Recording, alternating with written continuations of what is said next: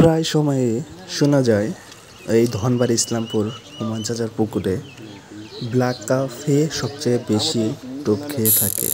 আসলে এখানকার শিকারিগুলো যারা শিকার করার জন্য আসে তারাই কিন্তু ব্ল্যাক কাপ মাছ শিকার করার জন্যই এখানে ক্রয় করে থাকে, কারণ এখানে পর্যাপ্ত পরিমাণে ব্ল্যাক কাপ 15 থেকে 20 কেজি ওজনের ব্ল্যাক কাপগুলো রয়েছে এবং রয়েছে কাতল, রুই এবং মৃগেল।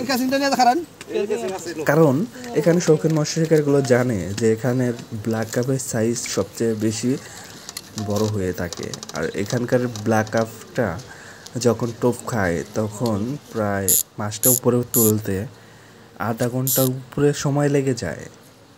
আর ব্ল্যাক কাপ মাছটা এখানকার একটি জাতীয় মাছ হিসাবে গণ্য হয়ে গেছে, কারণ ব্ল্যাক কাপ মানেই ধনবাড়ি ইসলামপুর। তো যাই হোক, এখানে কাতল মাছও অনেক ভালো টোপ খায়, মুখে খায় সবগুলা। রুইও মুখে টোপ খায়, মৃগেল মুখে টোপ খায়, গ্লাস কাপ মুখে টোপ খায়। দেখেন বিশাল সাইজের এই ব্ল্যাক কাপটা কিন্তু হয়ে গেল চকচকা, একদম ফ্রেশ একটি মাছ। প্রায় 6 থেকে 7 কেজি ওজন হবে সম্ভব।